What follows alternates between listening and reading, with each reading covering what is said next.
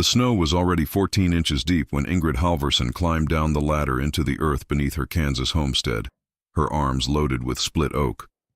November 1876, and the thermometer outside her sod house read 22 degrees Fahrenheit. But down here, 8 feet below the prairie surface, the air held steady at 47 degrees. She'd been stacking cordwood in this hidden chamber since August, and now, with the blizzard warning spreading across Ellsworth County, every skeptic who'd called her foolish was about to learn why a Norwegian woman who'd survived winters above the Arctic Circle knew something about keeping fuel dry. Above ground, her neighbors were scrambling. The Garrett family 3 miles east had their woodpile exposed to the elements, already crusted with ice from last week's freezing rain.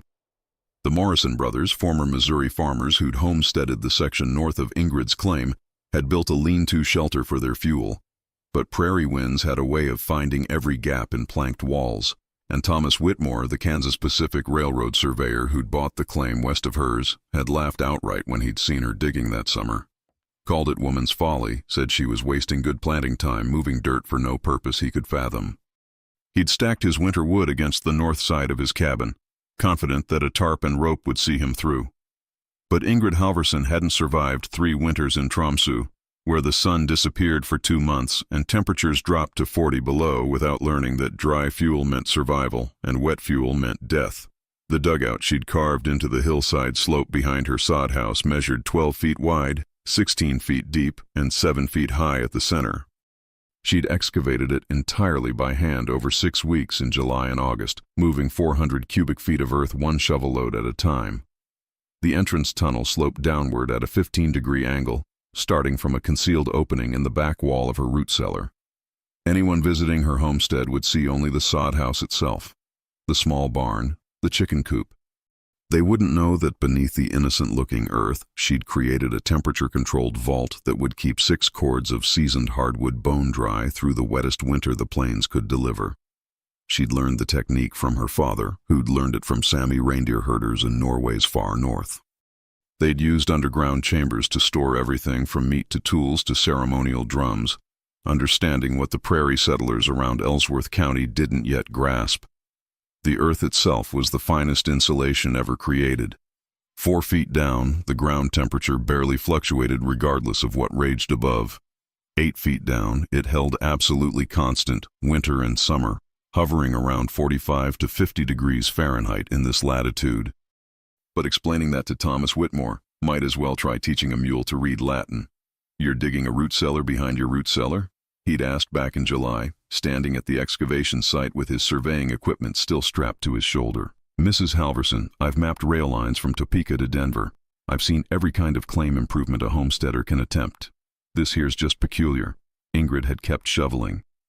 The prairie soil in this spot was perfect for her purpose, dense clay loam that held its shape without timber reinforcement. She'd chosen the location specifically because the hillside slope provided natural drainage, and the southern exposure meant the entrance would stay clear of snowdrifts. "It's for firewood," she'd said simply, her Norwegian accent still thick after 2 years in Kansas. "Keeps it dry." Whitmore had actually laughed. Not unkindly, but with the confidence of a man who'd spent 37 years surviving just fine without burying his fuel supply underground. "Ma'am, that's what a woodshed's for. Or a tarp. You're working yourself half to death for something any $10 shelter would accomplish. If you value the old ways, the knowledge that kept our ancestors alive through impossible winters, then subscribe to this channel. We're documenting techniques that most people have forgotten, methods that worked for centuries before we convinced ourselves we'd found better solutions. Help us preserve what shouldn't be lost. The thing about Thomas Whitmore was that he'd survived 37 winters, true enough. But all of them had been in Missouri, where winter meant occasional snow and temperatures that rarely dropped below zero. He'd never faced what Ingrid had faced in Tromsø. He'd never watched a family burn their furniture because their firewood had frozen into a solid mass, unusable, might as well have been stone. He'd never seen a father choose between heating his home and feeding his children because wet wood consumed twice the fuel to produce half the warmth. Sarah Garrett understood, though. She'd come to inspect the dugout in September when Ingrid had already started moving the first cord of wood underground. Sarah had brought her daughters, Emily and Grace, ages 9 and 7. The girls had gaped at the tunnel entrance, at the chamber beyond. "How'd you know how to build this?" Sarah had asked. She was 41, had homesteaded with her husband Daniel for 3 years, and she'd learned to recognize genuine frontier innovation when she saw it. "My father built one in Norway," Ingrid said. "Not for wood, for fish. Kept cod fresh through summer. Same principle. Earth is steady. Air above changes every hour. Earth stays the same." Sarah had run her hand along the smoothly carved wall, feeling how the clay had dried to a surface almost as hard as fired pottery. "How deep?" 8 feet at the center. 4 feet of earth above the roof. Temperature never moves, always between 45 and 50 degrees year-round. "And the wood stays dry?" Ingrid had shown her the first 23 pieces she'd stored. Split oak and ash she'd seasoned for 14 months. Completely dry to the touch. No condensation, no mold, no must. The underground chamber had natural air circulation through the entrance tunnel, enough to prevent moisture buildup, but not enough to create the temperature swings that plagued above-ground storage. Sarah Garrett had looked at her own homestead 3 miles away, where their woodpile sat exposed on the lee side of their house, covered with canvas that flapped and tore every time the wind exceeded 20 miles per hour. "Daniel's going to say it's too much work." "It's 6 weeks of work in summer," Ingrid said, "or 6 months of fighting wet wood in winter." But Daniel Garrett did say it was too much work. So did the Morrison brothers, Jacob and William, when they'd stopped by in October to borrow Ingrid's post-hole digger. They'd peered into the tunnel, exchanged glances, and Jacob had offered what he clearly thought was helpful advice. "Ma'am, you've got to understand. Prairie living is about working smart, not hard. My brother and I built a wood shelter in 2 days. Plank walls, shingled roof, holds 3 cords easy, and we didn't have to move 400 cubic feet of dirt to get it." Jacob Morrison was 28, had farmed in Missouri before claiming his section in Kansas. His brother William was 32, had worked as a carpenter in St. Louis. Both were competent, experienced men who genuinely believed that Ingrid's elaborate underground chamber was the product of foreign thinking that didn't translate to American frontier practicality. William had been more diplomatic. "It's impressive work, Mrs. Halverson. Real impressive. But the fuel-to-effort ratio just doesn't make sense. The time you spent digging, you could have cut another 2 cords of wood. Or built 3 wood shelters," Jacob added. "With proper construction, tarps aren't even necessary." Ingrid had nodded politely, handed them the post-hole digger, and gone back to stacking her underground cordwood. She'd reached 4 cords by then, each piece placed with air gaps for circulation, arranged in a pattern her father had taught her. The skeptics could calculate fuel-to-effort ratios all they wanted. She was calculating survival-to-certainty ratios, and those numbers told a different story. The blizzard hit Ellsworth County on November 17th, and it hit like the hand of an angry god. The temperature dropped from 34 degrees to 6 below zero in 8 hours. Wind speeds exceeded 45 miles per hour, with gusts recorded at 68 by the weather station in Salina.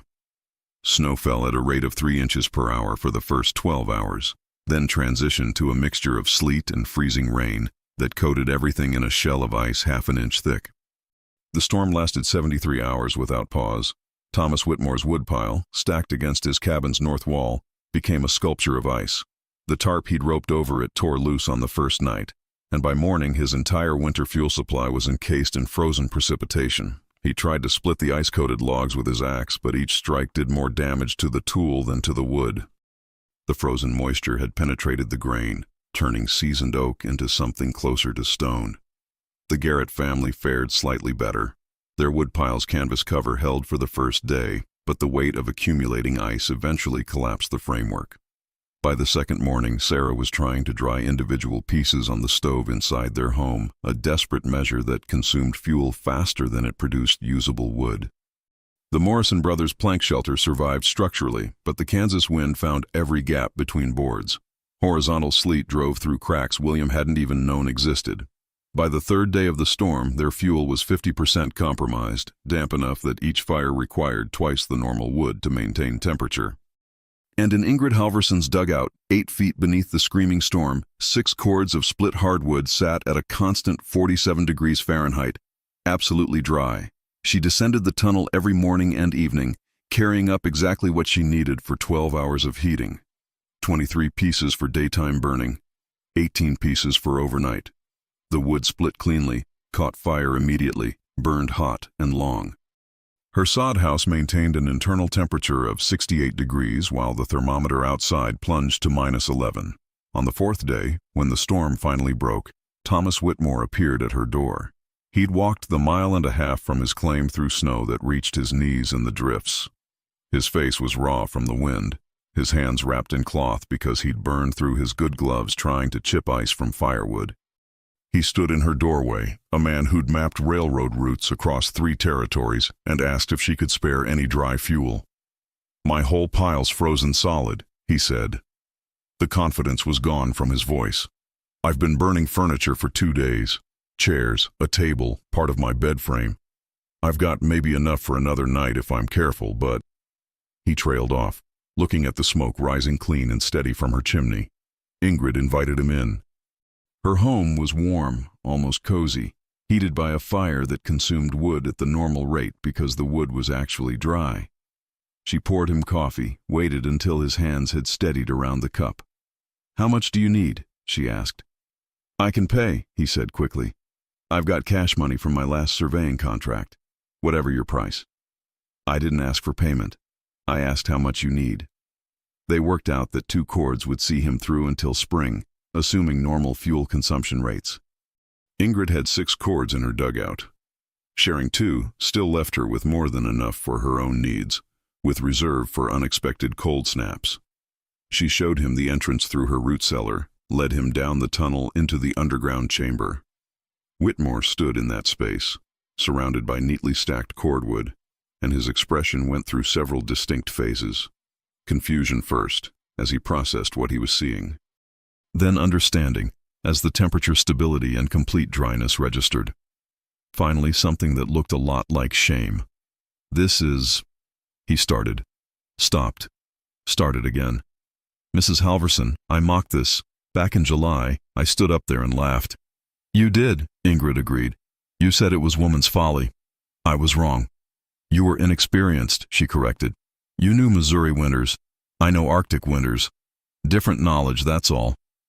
They carried wood up together, load after load, until Whitmore's sled was stacked with split oak and ash that would burn hot and clean.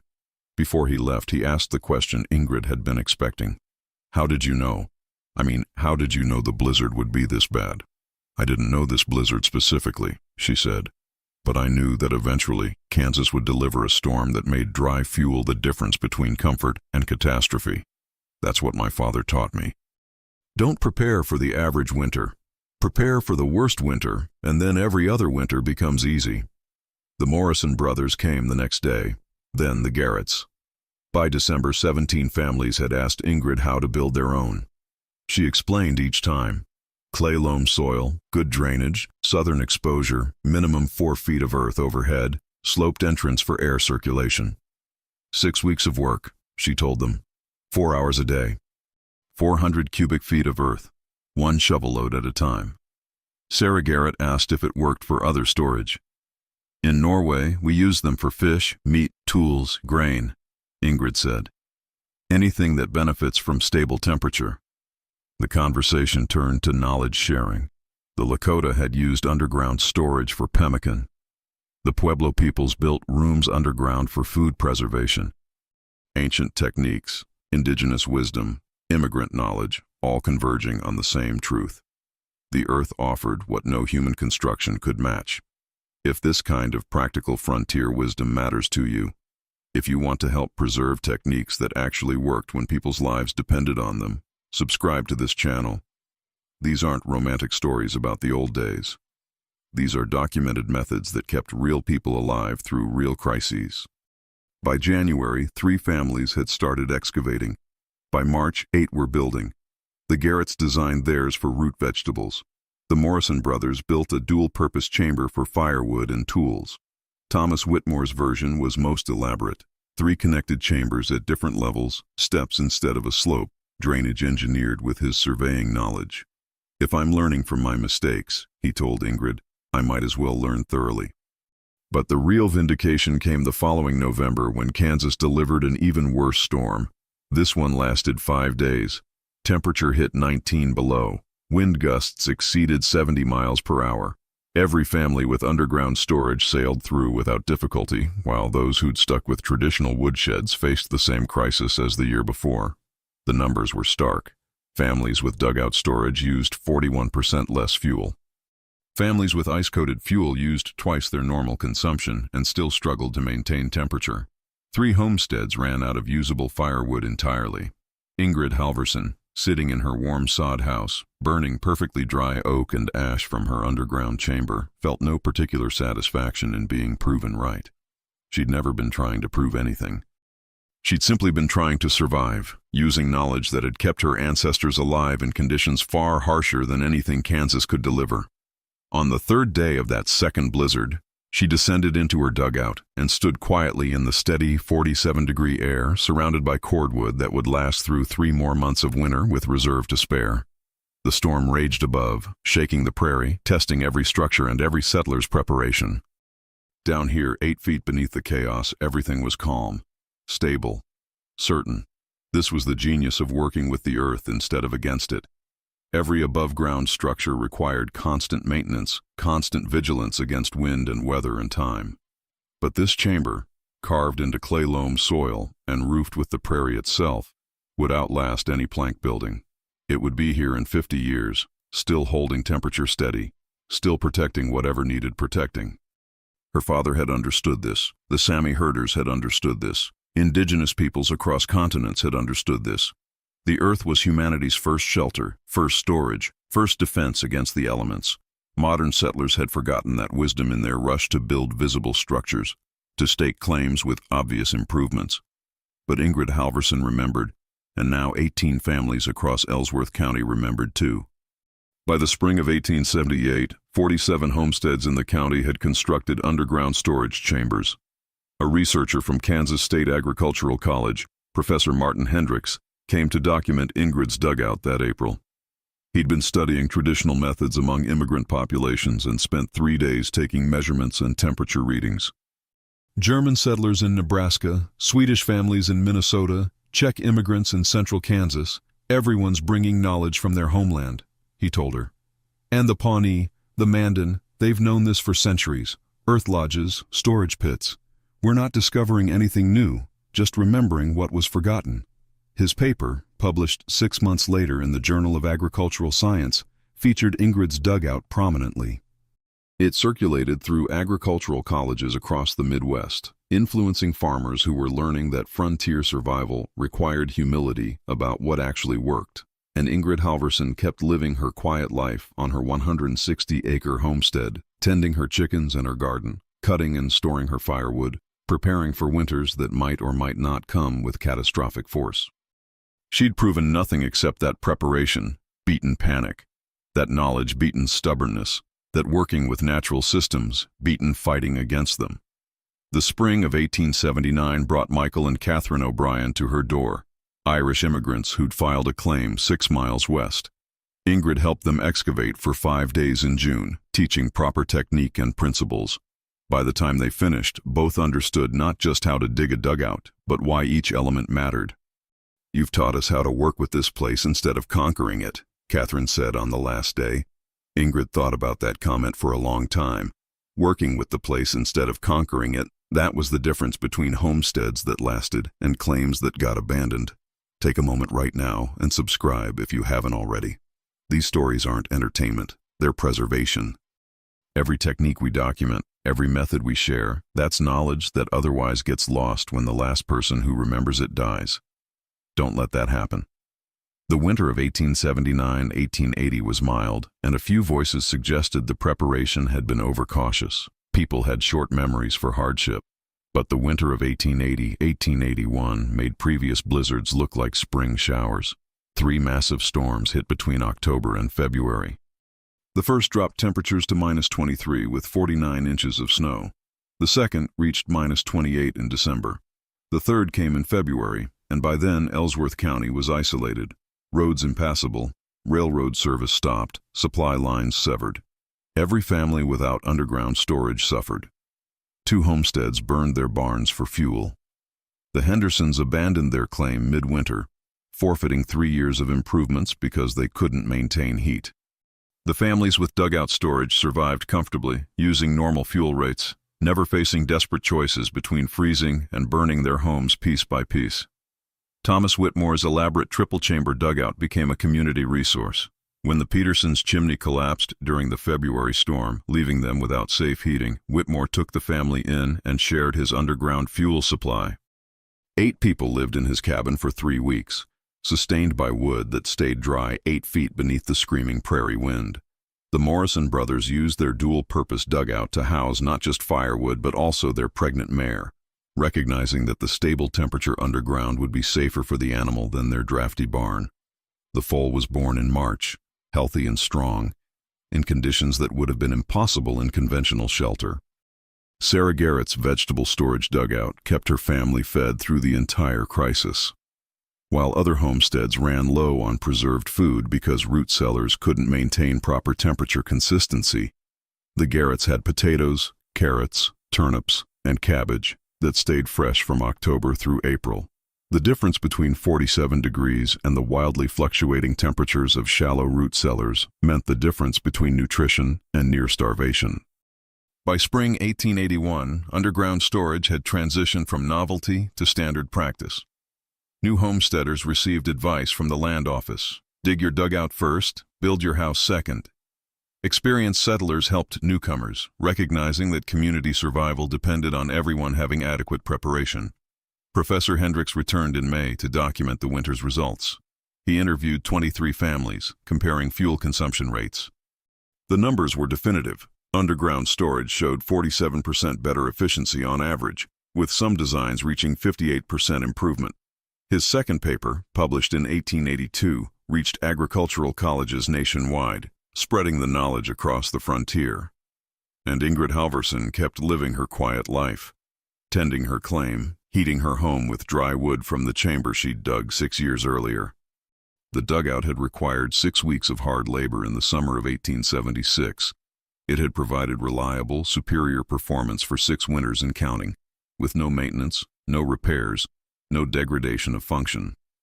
The cost-benefit ratio, properly calculated, was essentially infinite. By 1885, underground storage chambers had spread across Kansas, Nebraska, Dakota Territory, eastern Colorado, and parts of Wyoming. The designs varied by region and need, but the fundamental principle remained constant. The Earth's thermal stability was humanity's oldest and most reliable ally against temperature extremes. Some chambers were simple, single-purpose excavations like Ingrid's original design. Others evolved into complex multi-room structures that served as combination storage, workshop, and shelter. A few ambitious homesteaders built fully underground houses, following Native American Earth Lodge principles but incorporating European construction techniques. These hybrid structures stayed cool in summer without ice, warm in winter with minimal fuel, and survived prairie fires and tornadoes that destroyed conventional buildings. The irony wasn't lost on the oldest settlers, the ones who'd been in the territories before the land rush. The white homesteaders were rediscovering what the indigenous peoples had known for centuries. The Mandan had built earth lodges along the Missouri River for generations. The Pawnee had perfected underground storage throughout the plains. The Pueblo peoples had created entire cities integrated into cliff faces and earth berms. The difference was that European immigrants had arrived convinced their construction methods were superior, that timber framing and stone masonry represented advancement over earth-sheltered structures. It had taken brutal frontier winters and expensive failures to teach them otherwise, to humble them into recognizing that solutions to environmental challenges often lay in working with natural systems, rather than imposing artificial ones. Ingrid Halvorsen understood this intuitively because her Norwegian heritage included similar humbling. The Sami had taught her ancestors how to survive the Arctic, and those ancestors had been smart enough to learn. Now she was teaching Kansas homesteaders, and they were smart enough to learn. The cycle of knowledge transfer continued, adapting to new contexts but preserving core principles. In the winter of 1889, 13 years after she'd first dug her dugout, a young journalist from the Topeka Daily Capital came to interview Ingrid. His name was Robert Chen, son of Chinese railroad workers, and he was writing a series about immigrant contributions to Kansas agriculture. He'd heard about the underground storage phenomenon and wanted to trace it to its origins. Ingrid showed him her original chamber, still functioning perfectly after 13 years. The clay loam walls had hardened further with time, becoming almost ceramic in their density. The temperature held steady at 48 degrees, exactly as it had in 1876. The wood stored there, she still used it every winter, remained as dry as the day it was cut. "What made you so certain this would work?" Chen asked, his pencil moving across his notepad. "When everyone around you doubted, when experienced settlers said it was unnecessary, what made you confident enough to invest 6 weeks of labor?" Ingrid thought about that question, about her father demonstrating the fish storage chamber in Tromsø, about watching families freeze because their fuel supply failed, about the fundamental difference between knowledge based on direct experience versus knowledge based on assumption.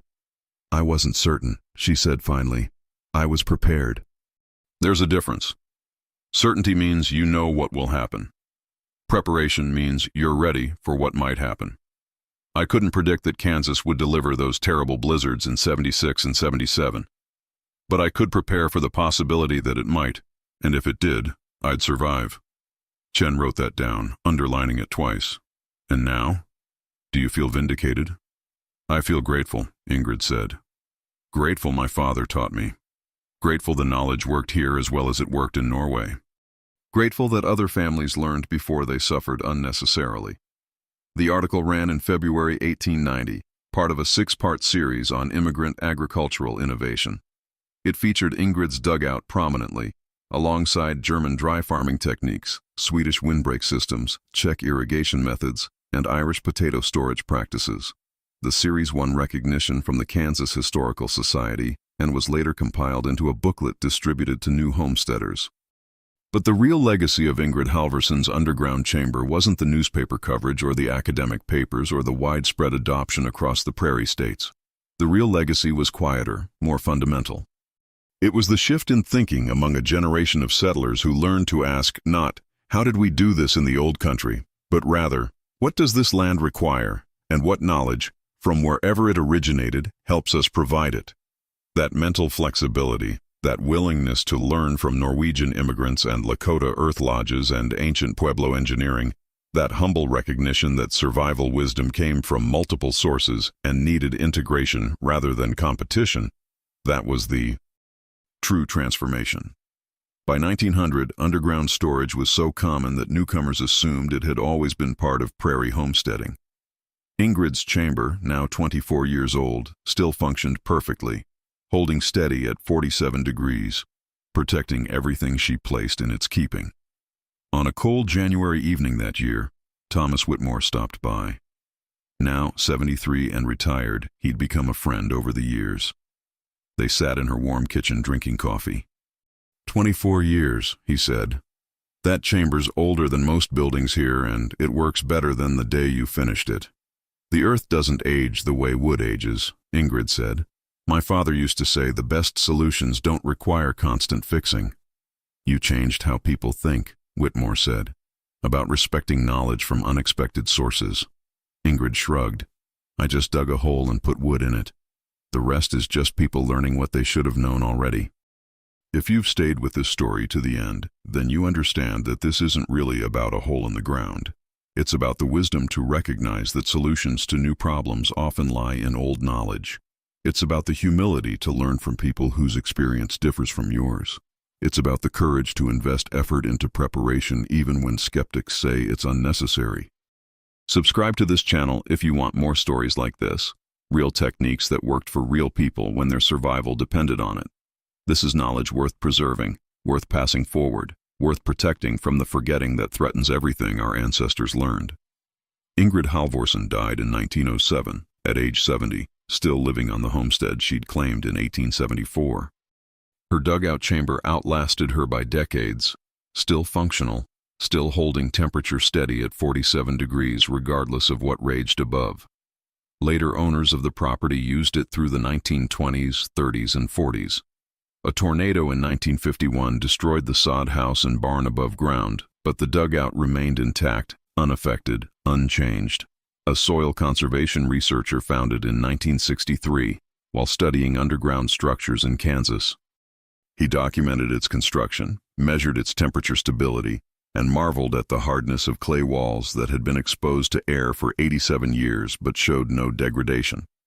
He published a brief note in an agricultural journal, calling it a masterwork of practical engineering from the frontier era, demonstrating principles that modern earth-sheltered design is only now rediscovering. The chamber still exists. The current landowner, a fifth-generation Kansas farmer, uses it for wine storage, recognizing that the temperature and humidity stability Ingrid Halvorsen engineered for Firewood works equally well for aging Cabernet. He's never met Ingrid, knows her only through county records and old newspaper articles. But every time he descends into that chamber, he's walking in the footsteps of a Norwegian woman who understood that the earth itself was the finest storage vault ever created, and all it required was the wisdom to use it properly. That's the lesson worth remembering. Not that Ingrid Halvorsen was exceptional, though she was, but that the knowledge she carried was universal. Every culture that survived harsh conditions developed similar solutions. The Norwegians and the Sami, the Mandan and the Pawnee, the Pueblo peoples, and countless others across continents and centuries all discovered that working with the earth's stability beat fighting against weather's chaos. The dugout beneath Ingrid Halvorsen's homestead was never really about firewood. It was about recognizing patterns, respecting experience, and having the courage to dig deep, literally and figuratively, to find solutions that lasted. In an era when most prairie structures lasted a generation before needing replacement or repair, she built something that outlasted the frontier itself. And on winter nights when the Kansas wind howls across that same prairie, when temperatures drop and snow accumulates and modern homeowners check their heating systems nervously, that chamber still sits 8 feet beneath the surface, holding steady at 47 degrees, dry and calm and absolutely reliable, exactly as it was in 1876 when a woman who'd survived Arctic winters showed the prairie how to remember what it should never have forgotten.